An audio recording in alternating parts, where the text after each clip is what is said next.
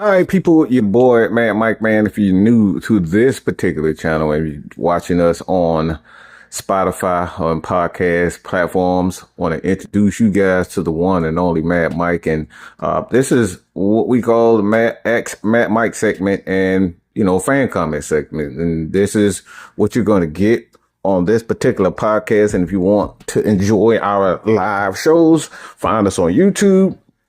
But let's get into it. Okay. So I made a comment and a video on Cam Newton. Now, Cam Newton has been extremely vocal. To be honest, obviously, I think we all know that he is from Atlanta, and he has a strong connection to not only the organization, the people, and he is a fan of the Atlanta Falcons. Even though he played for the Carolina Panthers, the New England Patriots, this guy is a fan of Atlanta. He is everything in regards to what Atlanta is. So I think we all should take his views and points to heart when it comes down to certain matters. Why? Because he is a player. He played in this league for quite some time. He has some ups, a lot of ups, passed for well over 25, 30. And I think he got close to 30, 40,000 yards in total in his NFL career. So he's one of those guys that you can take seriously in regards to his point, because he's been on the bottom. He's been on the top. He's been all of what we expect a quarterback to do, a player to be. So this comment came because of that particular video. So I would get this Jesse James. And like I said, I like to do this because a lot of people, they leave their comments and they want to, know our honest opinion. So this is Jesse James. And again, everybody, you can follow us on YouTube at Mad Mike Sports on YouTube. You leave some of our comments on Instagram, so you can follow me on Instagram. If you guys are into Instagram, you can follow me on YouTube, at Twitter, X, whatever you want to call it. You can follow us there at Mad Mike Sports. But let's get to it, man. This one right here, Jesse James, he said, I will be careful about this sudden focus from the media on leadership. Of course, leadership is important. However, the quality of leadership is subjective opinion. It is also a narrative being pushed by the media. We have to be a fantastic quarterback with great tangible attributes. We have a media, whether they'll realize it or not, that does have his best interests at heart. If people accept this leadership narrative, they are pushing it open, the door for them to have something subjective to criticize and dog him for, regardless of how well he actually is doing his job. Now, again, this is kind of marrying the two subjects when it comes down to Kirk Cousins and Michael Penix. So I want to make that clear before I answer. And this is what this comment with Jesse James is about, and Michael Penix.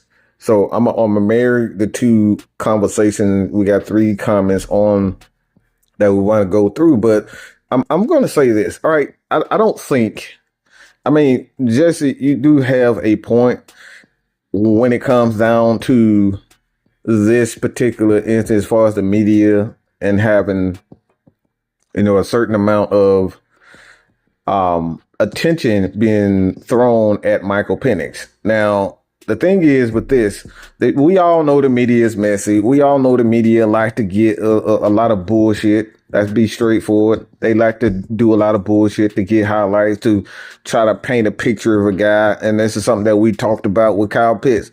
Everybody talking about he's a unicorn. I'm like, the thing about unicorns, they are rare. And I've said this time and time again, ain't a damn thing rare about Kyle Pitts. He's 6'6", he runs a 4.4. He runs a 4.4, 4.5. There's nothing rare about that. Okay? We've seen this before. We've seen Vernon Davis. I don't know why people keep throwing out this unicorn. I know why. Again, this is what we talk about the media. Throwing these narratives, putting these, these things on certain players. like you said, with Kyle Pitts, prime example of it. Y'all threw this around. Oh, he's a unicorn. We've never seen any. Yes, we have seen that. Like Vernon Davis for years. We've seen guys like Antonio Gates. We've seen Tony Gonzalez. We've seen these super athletes at the tight end position. We've seen the Shannon Sharps of the world. We've seen the Kellen Winslow. We've seen all of these guys. We've seen a lot of tight ends that have brought certain things to the table. All right. But these are skills that these guys possess, and it puts them in position where the media believes they can compare certain guys to Kyle Pitts. And I think that's the thing we got to be careful with, is the comparisons when it comes down to the players. And the same thing goes for Michael Penix in this particular instance. He's a leader. The media is not just drawing up these things out of nowhere and saying, all right, this is what this guy is. Michael Penix has exhibited the leadership qualities that you look for in a quarterback. This is why the Atlanta Falcons went after him. This was why so many teams were pissed off at the Atlanta Falcons for going at Michael Penix, because he exhibit those behaviors. So the media, yes, they can be, a problem. But in this instance, I'm going to say that they are absolutely right in regards to Michael Penix. And I think those are the things you look at Michael Penix already in his career, his young career. He's already showing those signs that he can be a leader for years to come. The off the field things, the being able to get to know his players, the receivers, the running backs, everybody around him, so he can be a better leader, find out how they like the ball in certain spots and certain situations, how how they shape up mentally outside of the game. And I think these are the things when you look at Michael Penix, he already exhibit these behaviors, and he's going to do so for years to come. Just my personal opinion, but let me know what you guys think about that. But when it comes down to Michael Penix and the leadership, man, I think he's already kind of exhibiting that he is different, and he's going to continue to be different. But like you said, Jesse, it's all about being able to do the job. The actions speak louder than the words. You can do all these things, but I personally believe when you already are exhibiting those behaviors, when you going out, you're studying not only the playbook, you're studying your teammate, you're studying the coaches and how they like to do things. I think hard work does pay off. And I think if he keeps this up as a quarterback, Michael Penix is going to be good. So that is from Jesse James. I truly appreciate that, Jesse. And then this comment is for Garen. Appreciate you. He said, first off, Kirk Cousins doesn't have the desire to be competitive in any sport, regardless of the talent. Once the loss, you've lost the competitive desire. It may be time to hang it up. And I think when you look at just Kirk Cousins and all the things that he's saying, it's it's one thing when you've made so much money in the NFL. Those things become precedents if your focus isn't on football. And I think you're absolutely 100% right, Keith, when it comes down to Kirk Cousins, in my opinion. I think this is the thing that you just got to start looking at himself. Like when you start seeing quarterbacks complain about certain things, he's not complaining about talent. He's not complaining about the coaching. He's not complaining about being able to compete for championships. He's talking about things that really doesn't matter.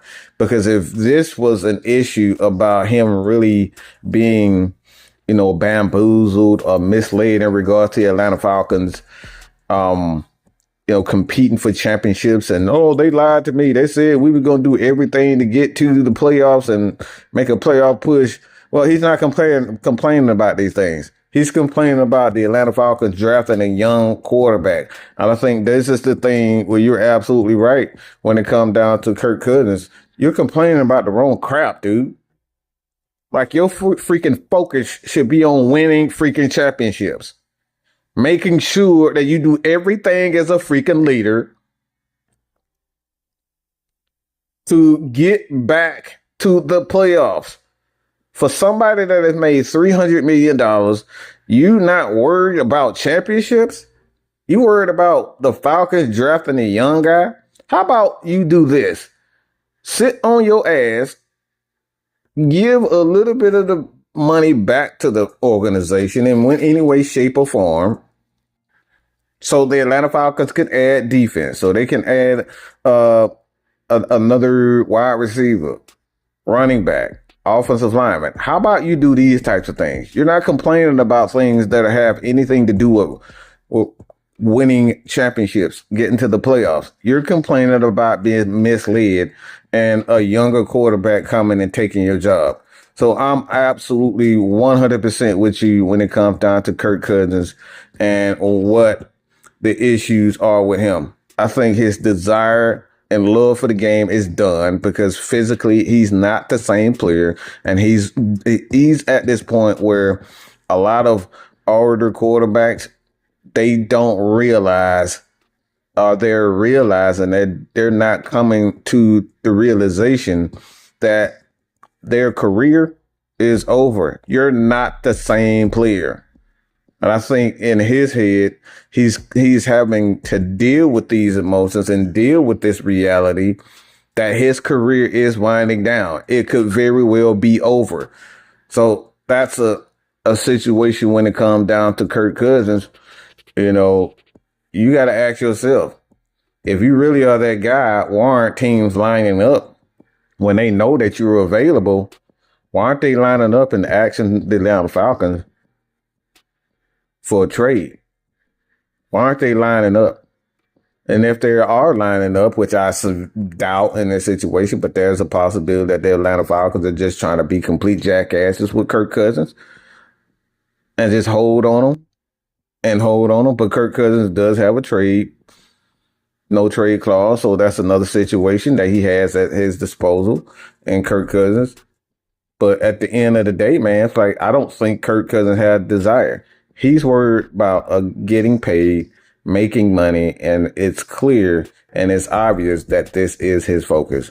I'm getting this last comment. He said, you still haven't explained why race got anything to do with it. Well, I mean, if you just look at the history of the NFL, like, let's be real. Like, these are the types of things when it comes down to this particular situation. I think one was more than clear when it comes down to Kirk Cousins. Well, he didn't say that Kirk Cousins this was a situation where Kirk Cousins is just, it was one of them situations where this was solely about race in regards to every quarterback in the NFL.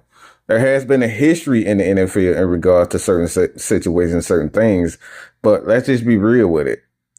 Kirk Cousins is one of those people. They come from an entitled background, entitled history, and you are a entitled white boy. Okay. This is what Warren said. So this is what we're talking about on certain situations in the NFL. We know that white quarterbacks has a history of getting the benefit of the doubt. And if you look a certain way, you ran around like a Michael Vick, you weren't regarded as a real quarterback. So let's be real about this. The NFL has a history and a long history of certain quarterbacks, because of their ethnic backgrounds, their cultural backgrounds, that they get the benefit of the doubt of being able to be regarded as a legit quarterback. Guys like Steve McNair still don't get, the necessary respect in regards to being a quarterback. Let's keep that 100% real. So when it comes down to Kirk Cousins, certain types of quarterback, in this instance, white quarterbacks, are indeed granted certain situations and certain opportunities that a lot of quarterbacks are still, let's be real about this. We just saw, for the most part in certain situations, Lamar Jackson, Cam Newton, Mike Vick, I mean, Patrick Mahomes wasn't regarded as, a white or a black, and he was frowned upon for for certain things and certain skills that he has. Being able to run around and be mobile was frowned upon in the NFL for a certain demographic of people. Guy like Fran Tarkin and Arch Manning, when they did it, it was fine. Steve Young, it was fine. So let's keep it real. When certain demographic of quarterbacks have certain skills, it is frowned upon. But when a quarterback stands in the pocket, he does certain things, and he's this and he's that.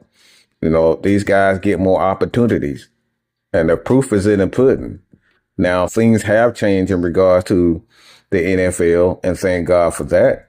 But, Kirk Cousins, in this particular instance where Juan was speaking at, he was talking about he has that quintessential white quarterback privilege, how he grew up, how the opportunities that he's been afforded. Okay, so I wanted to make that clear. This wasn't just a statement about everyone. He was talking about Kirk Cousins and his mentality, and the things that he's doing are entitled. His actions to him, he felt that it was an entitled mindset. Okay, his actions. This is all about Kirk Cousins' actions. His actions says, for those that have been in the game, these guys have been afforded and awarded certain situations because they are white versus certain quarterbacks that are black.